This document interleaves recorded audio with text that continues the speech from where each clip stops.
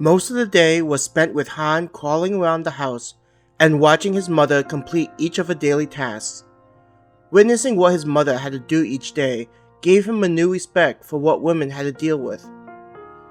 Sitting on the floor of the kitchen, playing with a set of wooden blocks, Han watched his mother wash the dishes as she was getting ready to cook dinner for the family.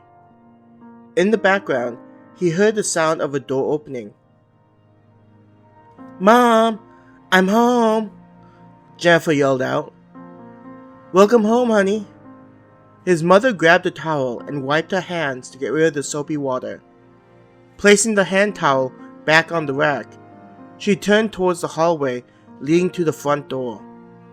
Jennifer raced towards her and hugged her mom. "How was school today?" she asked Jennifer. "I learned how to write the alphabet," Jennifer beamed. She placed the red backpack on the floor and rummaged through it. Pulling out a sheet of paper, Jennifer displayed it to her mom. From his angle, Han wasn't able to see the paper and he didn't use his ability to take a peek. "You received the gold star for writing the entire alphabet?" She took the paper and walked to the fridge. Grabbing a magnet, his mother stuck the assignment to the refrigerator. This assignment would stay on the fridge for a couple of weeks before being inserted into a binder with all of Jennifer's other homework. His mother already prepared a folder for when she started second grade. Looking at what was happening, Han turned back to the blocks around him. With the handful of blocks, Han tried stacking them as high as he could while he listened to what they were talking about. After talking with their mother, Jennifer moved behind him and sat down. Picking him up and placing him on her lap, she asked, "Han, did you miss your big sister?" Han clapped his hands together and laughed to let her know he missed her. He had always wanted an older sister, so he was happy to have one finally. "Do you have any homework from school?" his mom asked Jennifer as she proceeded to begin preparing dinner. From the fridge, she pulled out ground beef and eggs. "Can I first play with Han?" Jennifer asked. Without turning from the meal she was prepping, his mother answered, "You know your dad wants you to be finished by the time he gets back." Jennifer was quiet after hearing her mother. All she said was, "Oh, okay, Mommy." Lifting Han from her lap and placing him on the kitchen floor, she got up and went back to grab her backpack and head towards the dining room table. Placing her bag on top, she began pulling out a folder. Opening the folder, she pulled out several sheets of paper. Soon, there was the quiet noise of her pencil moving across the material, indicating she had begun studying. After a couple hours had passed, the smell of dinner wafted through the house. Han had quickly learned that dinner being ready usually meant that his dad was going to arrive soon. "Honey, did you finish your assignment?" his mother asked Jennifer. "Yes, Mommy," Jennifer answered. "Good job. Make sure to put all of your paperwork away and take your backpack to your room. When you finish, help me with setting up the table," she requested from Jennifer. Han listened to the sound of his sister putting everything away and then heading to her room, as she cut through the living room to reach the stairs. Thinking about how his mom and Jennifer will need to move back and forth from the kitchen to the dining room, Han began placing his blocks into the small wooden container they all came in. With the blocks inside the box, Han pushed the container towards the direction of the hallway which led to the stairs. Occasionally, Han would push the box and crawl towards it. The process was slower compared to teleporting the object to his room. He heard the footsteps of Jennifer going down the stairs. When she reached the base of the stairs, she headed through the living room again to reach the dining area. When Han reached the stairs, he placed the box on the stairs and used the carpet to help lift him up. The carpet was a soft material and brushed against his clothes as he crawled to the next level. Going up the stairs was a repetitive task of placing the box to the next level and climbing up. At the top of the stairs, he crawled to his room, dragging the box behind him. Though there wasn't anyone that could see him, Han enjoyed the environment around him. Placing the box next to all of his other toys, he sat down and just enjoyed the moment. For a second, it felt like he could forget everything and just enjoy being part of a regular family. Han, where did you go? He heard Jennifer calling for him. Soon, Han listened to his sister running up the stairs, and shortly after, Jennifer poked her head into his room. She saw him sitting near his toys and shook her head in exasperation. How did you get here? For a baby, you move around like a ghost. Leading into the stairway, she yelled down, Mommy, I found Han in his room. Footsteps could be heard downstairs as his mom headed towards his room. When she reached it, she looked and laughed. Han, how did you get into your room? Her eyes noticed the box of wooden blocks next to him, and she placed a hand on her hip, saying, Did my baby take his toys to his room? I honestly think you're the smartest baby in the world, picking up after yourself and somehow getting all the way to your room. Heading towards him, she picked Han up and held him in her arms. I know you're a big boy, but don't grow up too fast, okay? Downstairs, the front door opening could be heard. I'm home. Where is everyone? Babe, we're all up in Han's room, she called down to his dad. Carrying him, she walked out of his room and headed down the stairs. His dad was removing his coat and hanging it up in the closet. What were you guys doing in Han's room? His dad asked his mom. I found your son sitting next to his toys after he had collected his wooden blocks and somehow took them up the stairs to his room, she said to him with pride in her voice. His dad looked at him and then looked at his mom. You weren't looking after him? He asked her. I was. I just took a little time for setting up the table. Your son is very energetic. He must take after you, she smiled, trying to defuse the situation. His dad looked at him and placed a hand on top of his head. Let's eat dinner. I'm starving. He quietly walked down the hallway into the kitchen towards the dining room. Come on, Jennifer.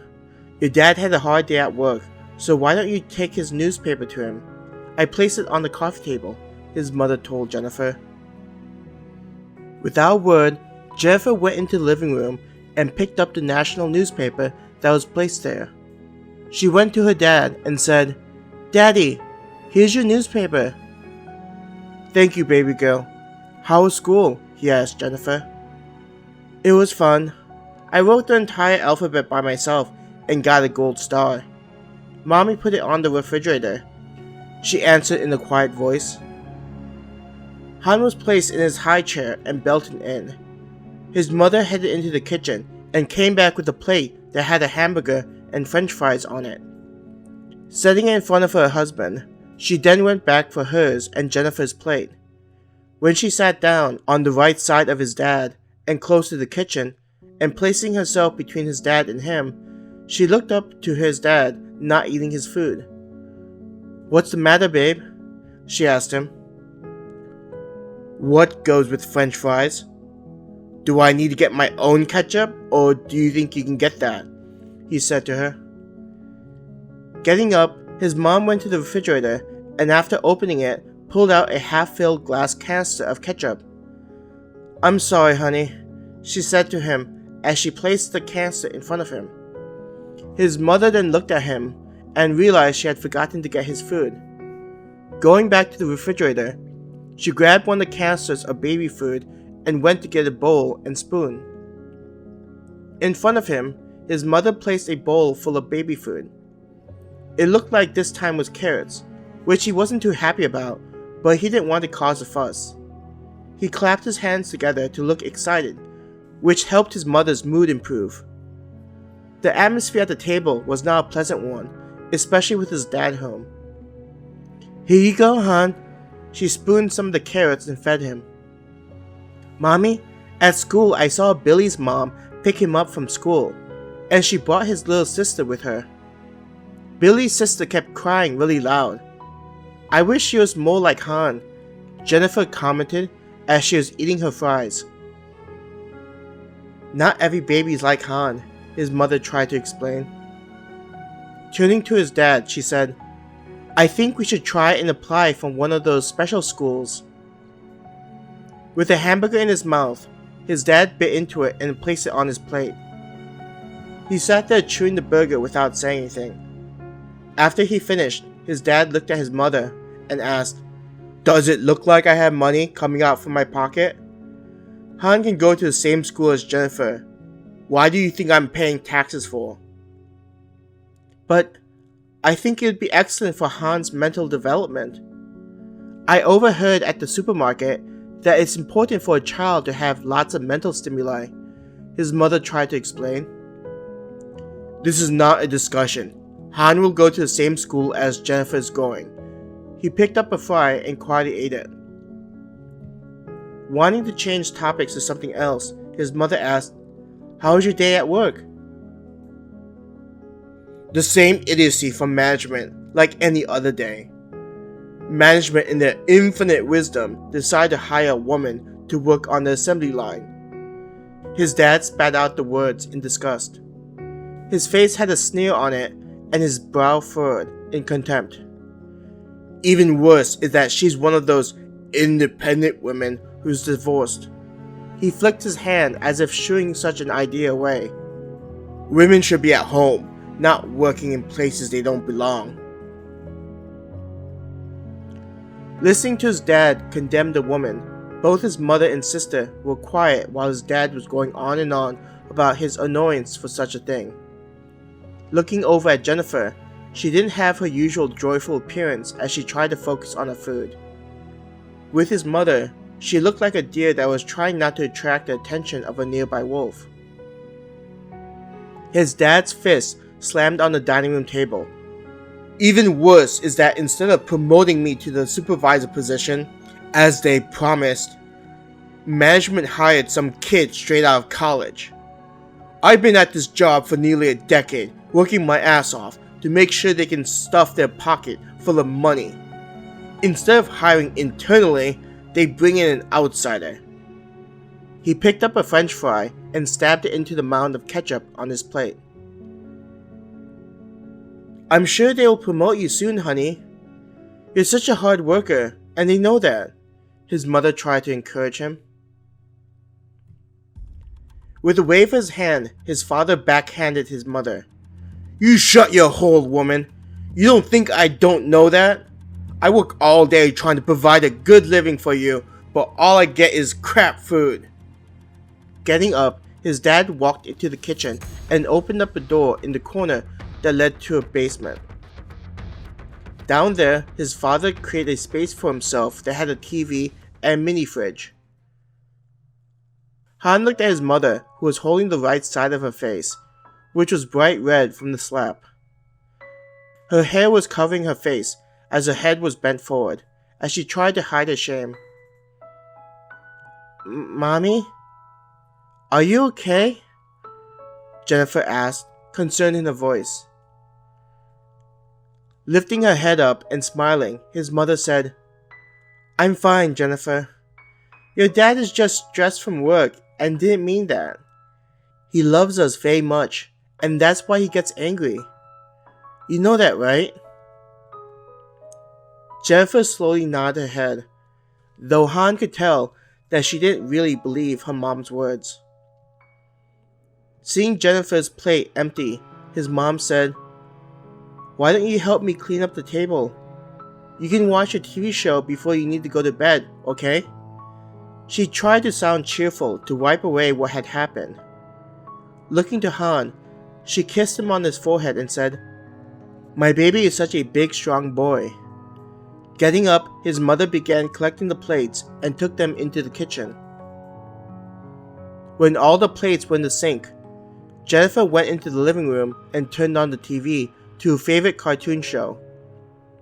It was about some girl who solves crimes with her friends. The show reminded him of the books about kids who hung out at an abandoned boxcar. As he glanced at his sister sitting in front of the TV, entranced by the show, he began to hear the sound of crying.